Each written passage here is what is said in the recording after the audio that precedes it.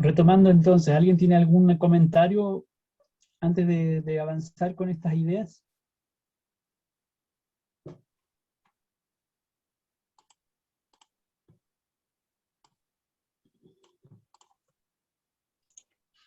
Bueno, No, profe. gracias.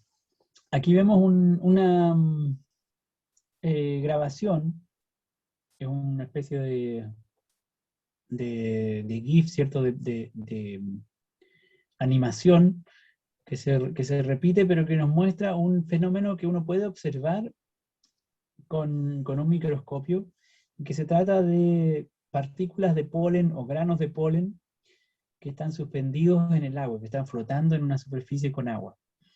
El supuesto es que como estamos observando, ¿cierto? Una muestra, entonces ese volumen de agua en el cual están flotando estas partículas de polen está quieto, está en reposo. Podemos pensar en la superficie de agua, o sea, el agua contenida en un vaso o el agua contenida en una cápsula de cristal. Y sobre la superficie del agua uno observa que estos granos de polen se mueven, vibran, como se ve en esta imagen.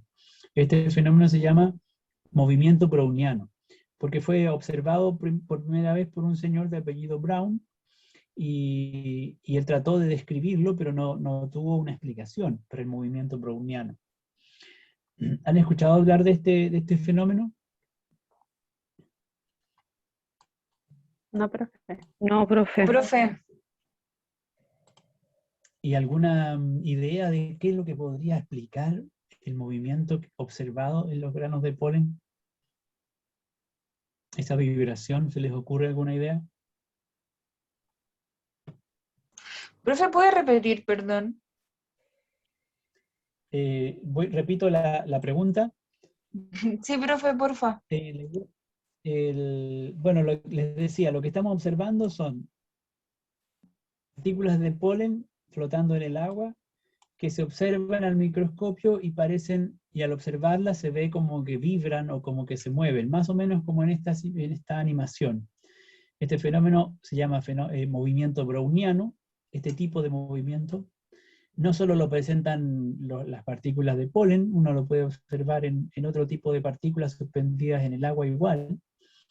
Y la pregunta que se hizo Brown cuando observó este fenómeno fue: ¿qué es lo que provoca este movimiento? ¿Por qué el grano de polen vibra o se mueve de esta forma? Y así con cualquier otra partícula de polvo, por ejemplo, flotando en el agua. Mauricio sugiere porque no están suspendidas en el vacío y chocan con las moléculas del agua. ¿Posible explicación? Bueno, en esa línea justamente fue la explicación que se desarrolló en torno al movimiento browniano, una hipótesis que sugirió el mismo Albert Einstein en 1905, y que fue parte del conjunto de trabajos que al final le significaron a Einstein el obtener el premio Nobel. Justamente porque si lo que hizo él fue suponer que el movimiento que observábamos en las partículas de polen provenía de la colisión, del choque de las partículas de polen con, como dice Mauricio, las moléculas de agua que están allí moviéndose libremente, pero que no vemos porque son muy pequeñas. Y entonces, haciendo ese supuesto, esa hipótesis, Einstein hizo una predicción, modeló esto matemáticamente y pudo predecir la trayectoria posible, o posibles trayectorias de una partícula en ciertas condiciones moviéndose de esta forma. De manera que lo que hace Albert Einstein es ofrecer una explicación para el movimiento browniano sobre el supuesto o la hipótesis de que el agua está compuesta por algún tipo de partícula que se mueve libremente. Y esas partículas que se mueven libremente, claro, efectivamente son moléculas de agua. De manera que el movimiento browniano, o la explicación del movimiento browniano, serviría como una primera evidencia observable de la existencia misma de las moléculas y por lo tanto de los átomos. Es decir, es una evidencia de que el agua en este caso está compuesta por este tipo de partículas que se mueven libremente.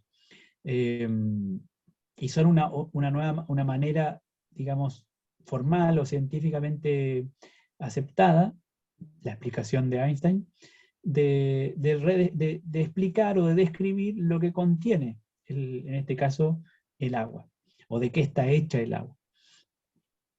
Porque ni en la época de Einstein ni ahora podemos ver las moléculas, podemos ver los átomos, pero sí podemos inferir su presencia. Y en este caso, esa inferencia permite predecir, por ejemplo, el movimiento, permite explicar este tipo de movimiento. Entonces, en la medida en que la explicación es coherente con lo observado, la hipótesis se sostiene o se valida.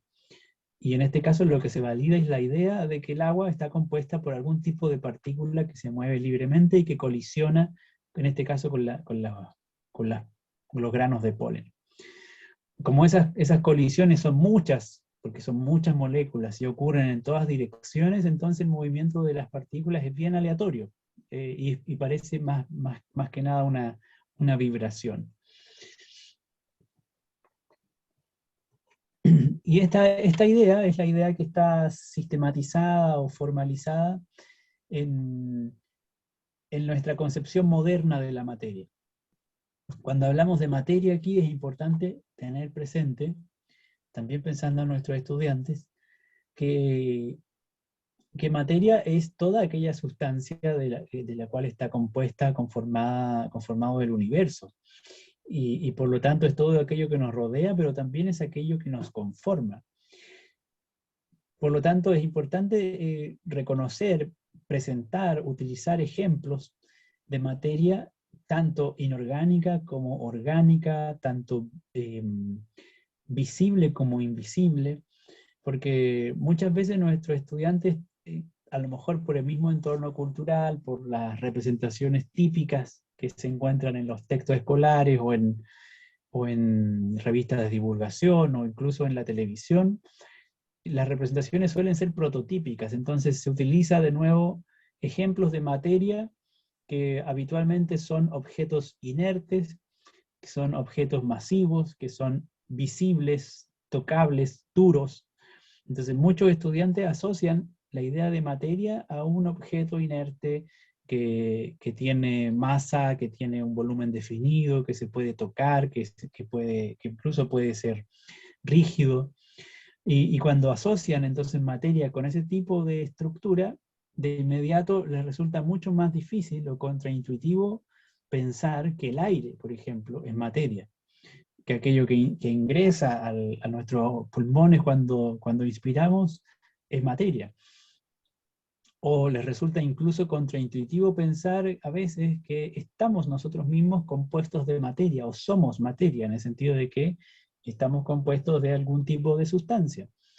Y por lo tanto aquí es importante tener presente esta visión general de que la materia es todo aquello que nos rodea, pero también es aquello que nos conforma.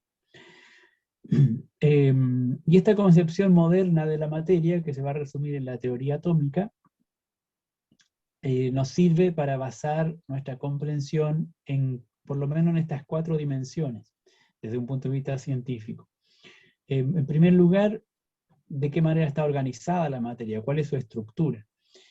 ¿Cómo se conforma? Hacia donde un poco apuntaba la pregunta inicial que les formulábamos a los estudiantes. Y por lo tanto, ahí vamos a hablar de la organización de la materia. Luego, el otro foco importante es en cuanto a las propiedades de la materia, y esas propiedades están asociadas a lo que llamamos estados físicos de la materia.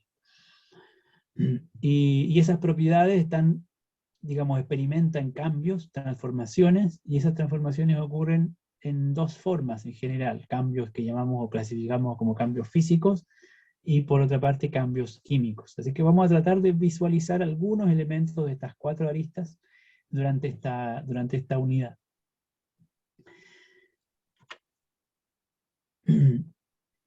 Una manera, podríamos decir, fenoménica, a través de la manipulación, que nos podría servir para aproximarnos a la idea de átomo, es entender que cuando construimos un modelo científico o una teoría científica, lo que tratamos de hacer es describir, o explicar un cierto fenómeno o un cierto comportamiento.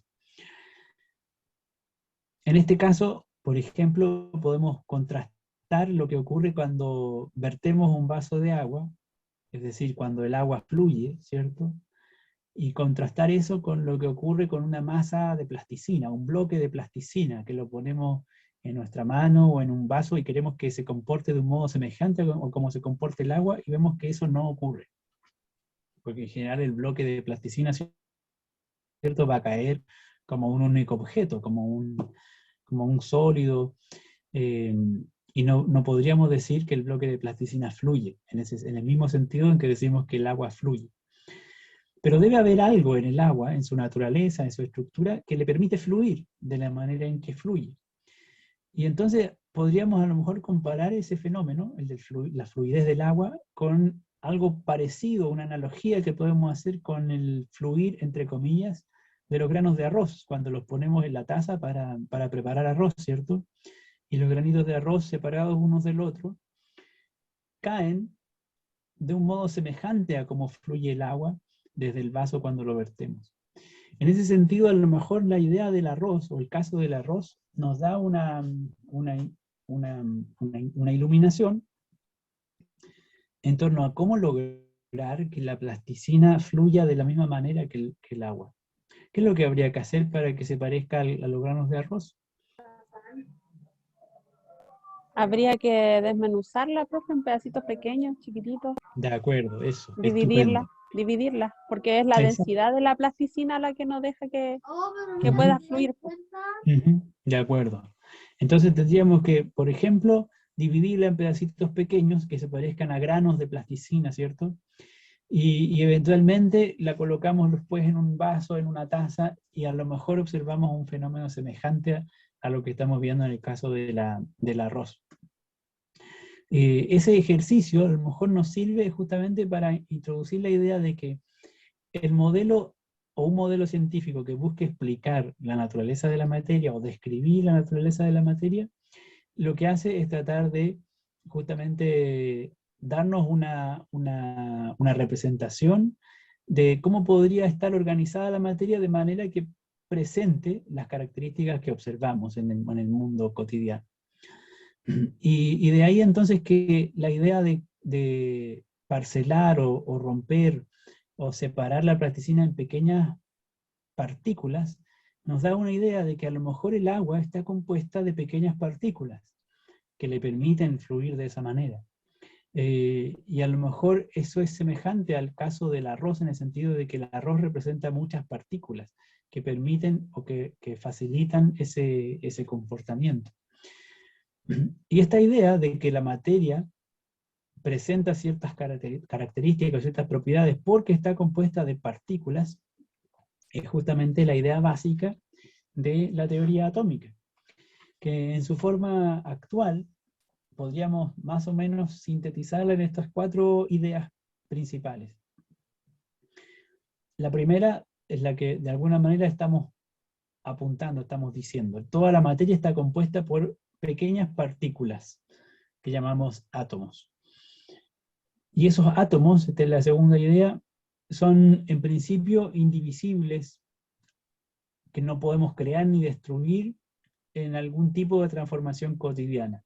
Las transformaciones habituales con las cuales nos encontramos cotidianamente son llamadas reacciones químicas. En general en nuestra vida está plagada de reacciones químicas, son transformaciones de la materia de un cierto tipo, pero lo que está diciendo la teoría atómica respecto a ese tipo de transformaciones es que en ellas no ocurre la división, ni la creación, ni la destrucción de átomos, porque los átomos simplemente se están cambiando, reordenando, reorganizando unos con otros en las reacciones químicas.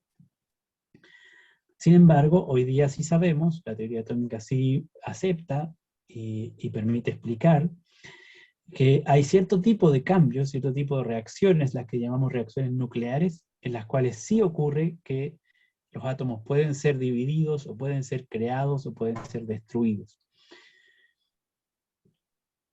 Un tercer elemento para conceptualizar los átomos dice que podemos distinguir ciertos tipos de átomos que tienen una masa característica, y esos tipos de átomos corresponden a lo que llamamos un elemento químico. Entonces, decimos, la materia está compuesta de átomos, pero no todos los átomos son iguales. Hay algunos átomos, digamos, los átomos se pueden distinguir porque hay distintos tipos de átomos y se distinguen fundamentalmente por su masa. Y es en función de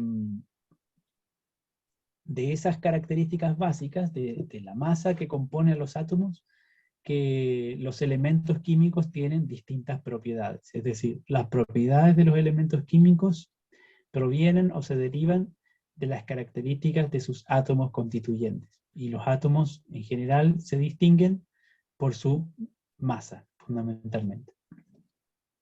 Estas 4 ideas componen, en términos muy, muy generales y diríamos básicos, la idea de la teoría atómica como más o menos científicamente se acepta actualmente.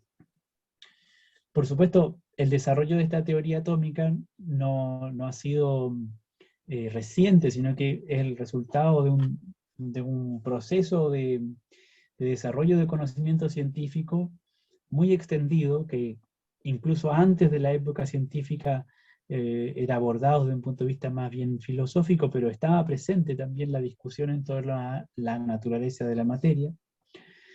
Desde el punto de vista científico conocemos, digamos, la historia más o menos conocida es que contamos con algunos modelos de átomos, de cómo pueden estar compuestos o constituidos los átomos, desde la época de Dalton, quien propuso un primer modelo que era científicamente evaluable, científicamente puesto a prueba, como hipótesis, digamos. Dalton propuso originalmente un modelo atómico muy simple, en el sentido de que se trataba de estas partículas o esferas indivisibles, indestructibles, y que se diferenciaban de una materia a otra, de una sustancia a otra, fundamentalmente por su tamaño. Pero una vez que este modelo es utilizado para tratar de explicar o de describir ciertos resultados experimentales o ciertos fenómenos observados, se encuentra que es un modelo insuficiente o incompleto en la medida en que no logra dar cuenta de algunos fenómenos, especialmente no logra dar cuenta de los fenómenos eléctricos. Y entonces, años después, casi 100 años después, se propone otro modelo atómico un poco más complejo que incorpora estos elementos asociados a la carga eléctrica. Thomson propone lo que se conoce habitualmente como el modelo atómico del budín de pasas, ¿cierto? La idea de que el átomo es como la esfera de Dalton, pero tiene carga eléctrica en su interior, y esa carga eléctrica se distribuye en dos tipos.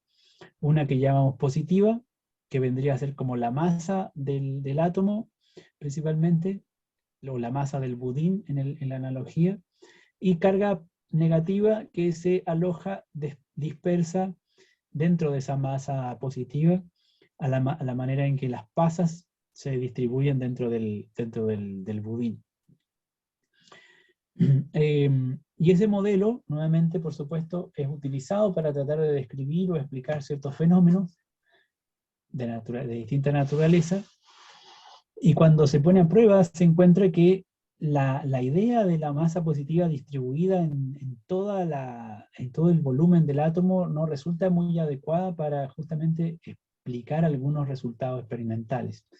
En este caso fue especialmente importante el trabajo de Rutherford, quien propuso más bien que los átomos tendrían que tener su carga eléctrica positiva concentrada en el núcleo, y especialmente la masa del átomo tendría que estar concentrada en el núcleo para poder explicar los resultados experimentales que él observaba. Y entonces a partir de eso propone un modelo atómico, justamente a partir del de Thomson, recogiendo la idea de las cargas eléctricas, pero concentrando la masa del átomo en su núcleo, y especialmente alojando en el núcleo del átomo la carga positiva. Y la carga negativa, parece ser, dice Rutherford, está distribuida alrededor del núcleo. Pero en esto Rutherford no es muy específico porque en esta época recién se están reconociendo la existencia de las partículas fundamentales, todavía no se conocía el electrón, no se había descubierto el neutrón ni el protón. Entonces, este modelo de Rutherford, que va más allá del modelo de Thomson, de nuevo es puesto a prueba en otros resultados experimentales, ya en la época de inicio del siglo XX, en 1913, hay algunos fenómenos especialmente luminosos que no logran ser explicados con el modelo que propone Rutherford, el modelo atómico de Rutherford. Se requieren algunos detalles adicionales en la estructura interna del átomo, y este es el modelo que propone Bohr, que de nuevo, basándose en la idea de un núcleo atómico masivo de carga positiva, sostiene ahora que la carga eléctrica negativa se encuentra alrededor del núcleo, pero en torno a órbitas muy definidas, órbitas que corresponden a niveles de energía definidos para los electrones. Y entonces ahí aparece el modelo atómico que podríamos decir es el más prototípico, de nuevo, para usar esa palabra que apareció en esta clase, más típico en nuestras representaciones de átomos. Un núcleo de carga positiva con electrones orbitando alrededor del núcleo. Y esas órbitas no son cualquier órbita, sino que están definidas por sus niveles de energía. Esto es lo que propone Bohr. Y esos niveles de energía permiten que los electrones suban o salten o bajen de una órbita a la otra, liberando o absorbiendo energía. No pueden pasar a un punto intermedio, tienen que pasar de una órbita a otra, que ya está eso definido por la estructura interna del átomo. En esta época es cuando justamente se logran identificar partículas fundamentales como el electrón, que se asocia a la carga eléctrica negativa. Se identifica al protón como la partícula atómica, o subatómica más bien, que aloja la carga positiva, y también se identifican los neutrones como una partícula subatómica que se encuentra en el núcleo y que no tiene carga eléctrica. A pesar de que este tipo de modelo, esta representación que nos deja Bohr, es la más típica, y seguimos utilizándola para explicar muchos fenómenos químicos, incluso para describir la tabla periódica, uno puede hacer uso del modelo de Bohr. Nuevamente, el trabajo científico, diríamos que pone a prueba esta hipótesis, porque aún el trabajo de Bohr era muy incipiente en lo que se llamó después la física cuántica.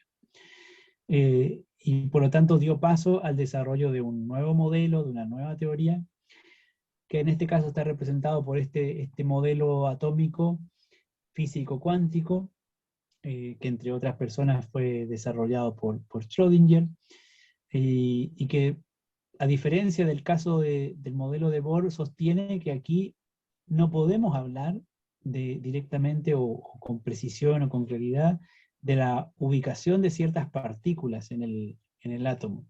Por supuesto que hay protones, que hay neutrones y que hay electrones, pero cuando se concibe al átomo de esta teoría, de este modelo, uno no puede identificar al electrón como si fuera una partícula situada en un lugar, como en este modelo de la derecha, sino que tiene que pensar que el electrón está distribuido alrededor del núcleo como si fuera una especie de nube. Este es el modelo mecánico cuántico de la naturaleza de la materia. Y por supuesto tiene toda una formalización que es mucho más compleja y que tiene una base matemática mucho más desarrollada que cualquiera de los modelos atómicos anteriores. En cualquier caso, esta idea o esta descripción, podríamos decir, más morfológica que hace Bohr inicialmente, nos permite ya tener una idea más clara de qué es lo que está pasando dentro del átomo. De qué es lo que ocurre con su estructura interna y cómo el átomo interactúa con otros átomos y cómo interactúa con la luz, por ejemplo, para explicar ciertos fenómenos.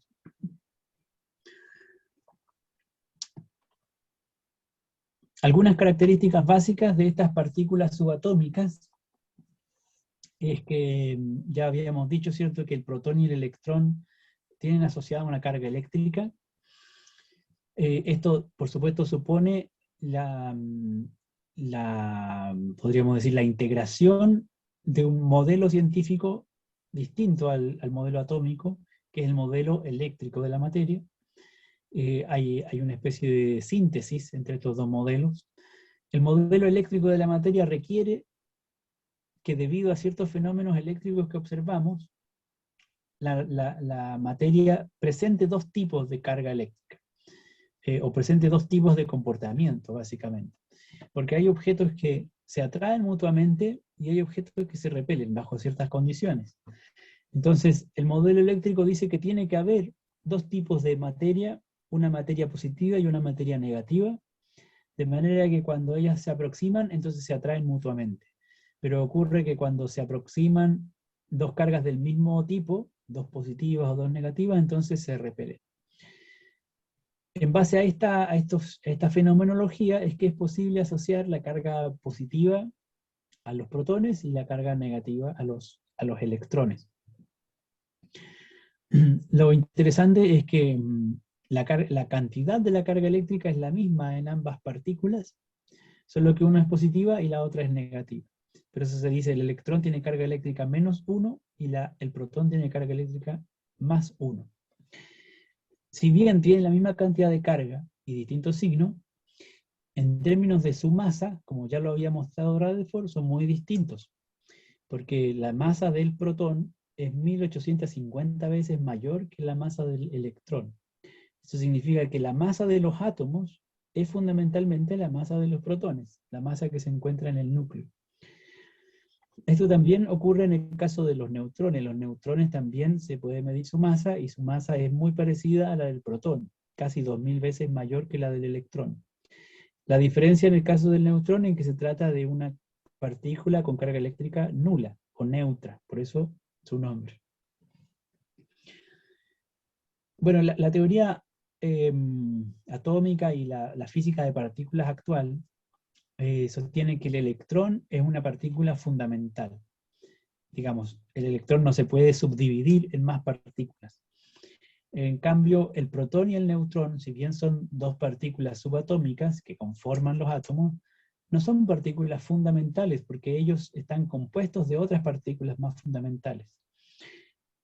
Esas partículas fundamentales que conforman protones y neutrones son los llamados quarks.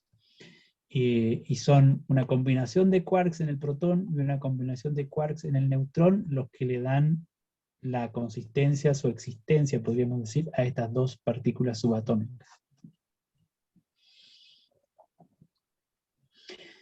Bueno, reconociendo estas características, que son básicas, masa de las partículas subatómicas y carga eléctrica de las partículas subatómicas, uno puede hacer uso del modelo atómico de Bohr para construir, podríamos decir, toda la tabla periódica. Y justamente cuando hacemos eso, lo que estamos haciendo es ir identificando y caracterizando las propiedades de los distintos elementos químicos que encontramos en la naturaleza. La tabla periódica lo que hace justamente es organizar de un modo sistemático todos los elementos químicos que se han podido reconocer o que se han podido producir asociados a, bueno, como formas de materia, ¿no? Y estos elementos químicos, como decíamos en el marco de la teoría atómica, se caracterizan por ciertas propiedades, y esas propiedades se derivan de la composición o de la conformación atómica que les corresponde.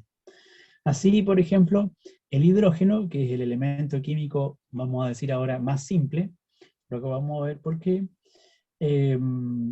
tiene propiedades que se derivan de la naturaleza, de su naturaleza atómica, es decir, de las características de los átomos de hidrógeno. El helio es un elemento químico distinto al hidrógeno, cuyas propiedades se derivan de los átomos que conforman el helio, y los átomos que conforman el helio se diferencian de los átomos del hidrógeno básicamente porque su masa es mayor. Entonces podemos hacer uso del modelo atómico de Bohr como una especie de puente didáctico, ¿cierto?, para representar la diferencia entre el helio y el hidrógeno, y así con cualquier otro elemento químico. Por supuesto, la tabla periódica contemporánea es un instrumento de sistematización de la información sobre los elementos químicos que es mucho más compleja de lo que el modelo de Bohr permite, porque ya sabemos que hay modelos atómicos más desarrollados, más complejos, como el de la mecánica cuántica, que permite caracterizar con mucho detalle cada uno de los niveles energéticos de cada átomo y comprender su configuración electrónica con mucho detalle. Pero claramente para poder hacer eso, haciendo uso del modelo atómico de la mecánica cuántica, se requieren herramientas matemáticas y físicas mucho más complejas. Pero lo sustantivo, las características básicas, esenciales, uno ya las puede reconocer haciendo uso del modelo atómico de Bohr. Y esto creo que es lo que podemos hacer a continuación. Les voy a presentar un simulador que les había anticipado antes, que justamente nos permite hacer el ejercicio de construir átomos para entender de qué manera se van organizando su estructura interna y cómo esto se relaciona con la tabla periódica y con las propiedades de los elementos químicos. ¿Alguien tiene alguna pregunta o comentario hasta aquí?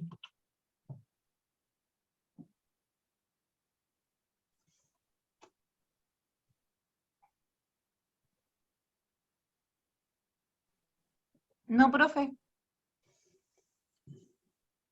Gracias, Jocelyn. Les propongo que hagamos una breve pausa de 5 minutos antes de retomar la revisión de este simulador, ¿ya? Así es que hagamos un breve recreo. Yo sugiero 5 minutos. Profe, ¿Sí? perdón, ¿podría activar para entregar el guión que sale 8:20? Se supone que lo iba a dejar hasta las 9.